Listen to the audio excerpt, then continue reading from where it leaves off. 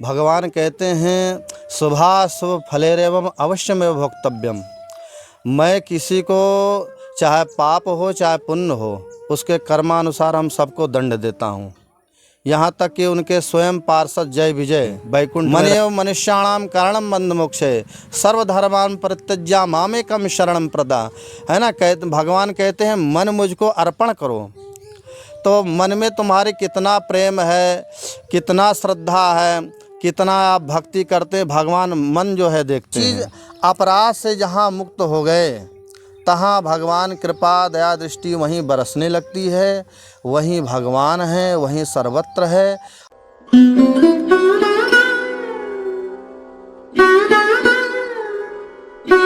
संत मिलन को चालिए तज माया अभिमान, यों यों पग आगे बढ़े कोटिक यज्ञ समान।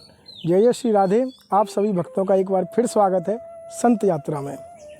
राधा रानी की असीम अनुकंपा से और संत भगवान की चरण रस से संतों की यात्रा लगातार आपको भारतवर्ष के छुपे हुए संतों के, दिव्य संतों के दर्शन कराने का जो छोटा सा प्रयत्न है वो लगातार चल रहा है।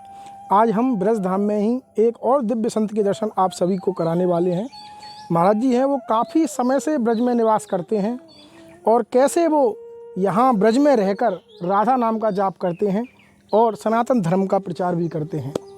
तो आज का सत्संग आपको आंखें खोलने वाला सत्संग है।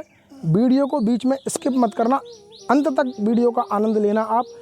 आपको ऐसा भरोसा है, हमको ऐसा भरोसा है कि अवश्य ही आपको आनंद मिलेगा। आइए मेरे साथ, संत भगवान यहाँ विराजे हुए हैं। पहले ये महाराज जी की कुटिया है, ये पहले कुटिया देख लीजिए आप। आइए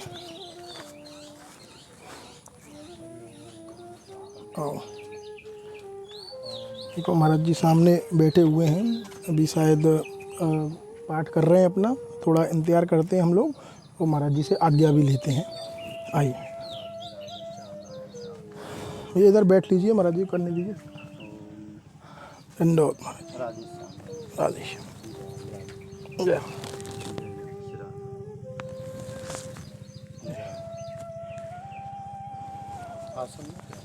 हाँ महाराज जी आप कर लीजिए, हम थोड़ा सा समय लेना है बस आपका। तो महाराज जी अभी जाप कर रहे हैं, अभी थोड़ी देर हम इंतज़ार करते हैं, उसके बाद में महाराज जी का सत्संग कराएंगे।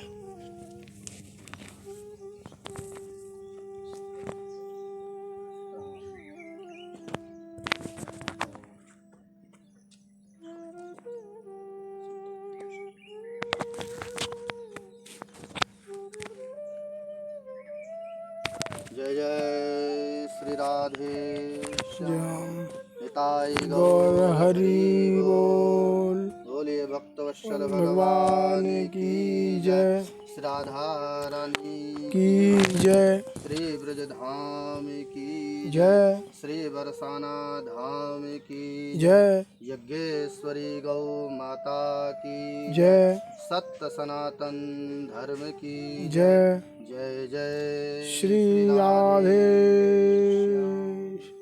जय हो महाराज, जय हो महाराज जी। थोड़ा 5 मिनट का 10 मिनट का महाराज जी समय लेंगे आपसे आज्ञा। ठीक है महाराज जी, मैं इधर भी राज लेता हूँ महाराज। ठीक है महाराज जी। हे राधा। महाराज जी आप काफ़ी समय से ब्रज में वास कर रहे हैं जी। आपके दर्शन राधा रानी की असीम अनुकंपा से हमको होते रहते हैं। तो महाराज जी आपके श्रीमुख से ही जो हमारे भक्त हैं, जो आपका सत्संग के लिए लालायत रहते हैं, जो ब्रज में नहीं आ पाते हैं, उनके लिए महाराज जी कुछ ऐसा आप बताएं कि वो इस स्वाध्याय, इस भक्ति मार्ग की तरफ थोड़े से चलें और जो सनातन धर्म है उसके लिए भी महाराज जी 2 शब्द आपके बताएं, बड़ी कृपा होगा। देखिए हमारे यहाँ साध संत बहुत सुंदर उपदेश करते हैं। कहते हैं अन्य कृते कृतम पापम तीर्थे यत्र विनश्यति, तीर्थे यत्र कृतम पापम वज्रलेपम भवति। देखिए आप जो है गंगा जमुना जी जाते हैं स्नान करने के लिए, यदि वहाँ पाप आपसे हो रहा है तो उसका फल नहीं मिलेगा, उल्टा आपको जो है पाप लगेगा। इसलिए ऐसा नहीं मानना चाहिए कि हम धाम में हैं और धाम में रह कर के हम जो है अपराध करें तो पुण्य मिलेगा, ऐसा नहीं है। और इस पर आप देखिए कथा आपने बार बार सुना होगा। भगवान कहते हैं शुभाशुभ फलेरेवम अवश्यमेव भोक्तव्यम। मैं किसी को चाहे पाप हो चाहे पुण्य हो उसके कर्मानुसार हम सबको दंड देता हूँ। यहाँ तक कि उनके स्वयं पार्षद जय विजय वैकुंठ में रहने वाले, जब उनको अहंकार हो गया तो उनको भी आकर के यहाँ जन्म लेना पड़ा, हिरण्याकश्यपु और रावण के रूप में। तो भगवान जो है एक मायापति हैं और कहीं भी किंचित मात्र भी लेस मात्र भी कहीं भी अहंकार यदि आपको आएगा तो भगवान दंड देंगे। ये अवश्य बात मानना चाहिए। आप विदेश में रहो, यदि आपका मन ब्रज में है, गौ सेवा कर रहे हो, संत सेवा कर रहे हो, सत्संग कर रहे हो, तो वहाँ भी ब्रज है। अब ब्रज में भी आकर के आपको जो है भक्तों का अपराध हो रहा है, गौ का अपराध हो रहा है, सत्संग नहीं कर रहे हैं, आ करके बस निंदा स्तुति में लग गए, राग देश में लग गए, दोष गुण देखने लगे, तो आपको फल प्राप्त नहीं होगा। आज भी वो चिन्मय जगह है। नाम रूप लीला गुण धाम, आज जो ब्रज है आज भी वही है। आज भी भगवान श्री कृष्ण वही हैं, आज भी वही धाम है, आज भी वही जमुना जी हैं। तो ये जब हम भावना रखेंगे, प्रेम दृष्टि से मानेंगे, सच्चे मन से मानेंगे तो हमको दिखाई देगा। और नहीं तो हीरा पड़ा हुआ है, उसका मूल्य नहीं जानने, उसको पहचानने की शक्ति नहीं है, तो हमारे लिए कांच के बराबर है। तो ऐसे ही आप जो है कहीं भी हैं, विदेश में हैं, भारत में हैं, आपका जो है मन, भगवान कहते हैं हम मन को देखते हैं। मन एव मनुष्याणाम कारणम बंध मोक्षे सर्वधर्मान परित्यज्य मामेकम शरणम प्रदा, है ना। भगवान कहते हैं मन मुझको अर्पण करो। तो मन में तुम्हारे कितना प्रेम है, कितना श्रद्धा है, कितना आप भक्ति करते हैं, भगवान मन जो है देखते हैं। इसलिए मन विशेष अध्यात्म में जो है गौड़ माना गया है। तो इसलिए जहाँ भी आप विराजमान हैं वहाँ सत्संग करिए, वहाँ गौ माता का सेवा करिए, संत सेवा करिए, हरि गुरु चरण निष्ठा रखिए। ऐसी बात नहीं, आप तो रामचरितमानस पढ़ते हैं, सब जानते हैं, हरि व्यापक सर्वत्र समाना, प्रेम ते प्रकट होई मैं जाना, है ना। तो यदि आपके अंदर प्रेम है, भगवत भक्ति है, चरणानुरागी हो, तो वहाँ भी भगवान प्रकट हो जाएंगे। आप धाम में भी आए, आप जो है पाप पुण्य में लग गए, राग देश में लग गए, तो भगवान जो है फिर यहाँ से भी दूर हो जाते हैं, है ना। तो इसीलिए भगवान बार बार साध संत में उद्घोष किए हैं कि जन्म श्रेष्ठ नहीं है, कर्म श्रेष्ठ है। हाँ, क्योंकि कर्म प्रधान विश्व करी राखा, जो जस करें सो तस फल चाखा। भगवान कहते हैं कर्म श्रेष्ठ है ना। तो इसलिए कर्म को श्रेष्ठ बनाइए। बड़े भाग मानुष तन पावा, सुर दुर्लभ सद ग्रंथन गावा। ये मनुष्य जन्म मिल गया है, आप इसको सार्थक करिए और इसको व्यर्थ में मत गंवाइए। ऐसा प्रयास करिए कि जहाँ तक हो कि हम हरि चरणों को कैसे प्राप्त हों, हैं। जहाँ तक हो, यदि आपसे जो है पुण्य नहीं हो पाता है तो आप पाप भी मत करिए। आपसे सेवा नहीं हो पाती है तो आप सेवा भी मत लीजिए। तो ये सब चीज़ अपराध से जहाँ मुक्त हो गए, तहाँ भगवान कृपा दया दृष्टि वहीं बरसने लगती है। वहीं भगवान हैं, वहीं सर्वत्र है।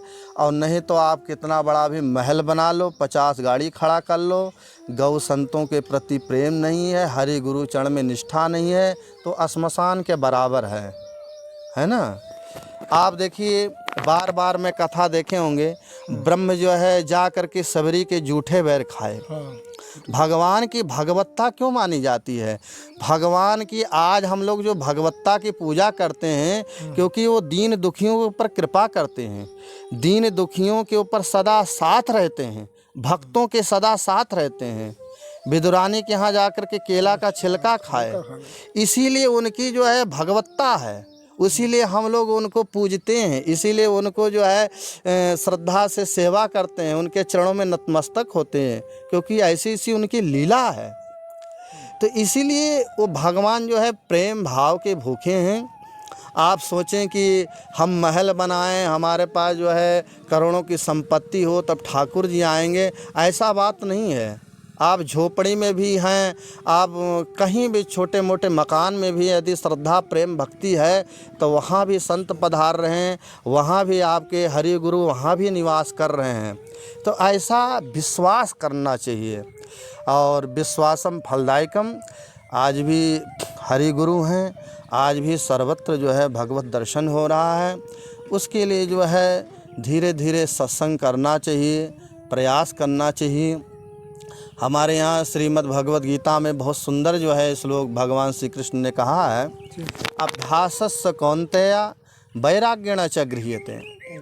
अभ्यास और वैराग्य से आप लगे रहो। भगवान की नित्य निरंतर कृपा बरस रही है और वो कहीं दूर नहीं है, सदैव आपके साथ हैं। देखिए आप सबरी जी को देखिए, गुरु जी ने वचन दिया था, मतंग ऋषि ने वचन दिया था कि मैं तुमको आशीर्वाद देता हूँ, राम जी यहीं आएंगे, तुम्हारी कुटिया में आएंगे, कहीं जाने की ज़रूरत नहीं है। और हजारों हजारों वर्ष बीत गए, राम जी जा कर के सबरी के यहाँ जो है दर्शन किए, जूठे बैर खाए। तो विश्वास होना चाहिए। हाँ, विश्वास है, प्रेम है, श्रद्धा है तो भगवान ज़रूर आएंगे।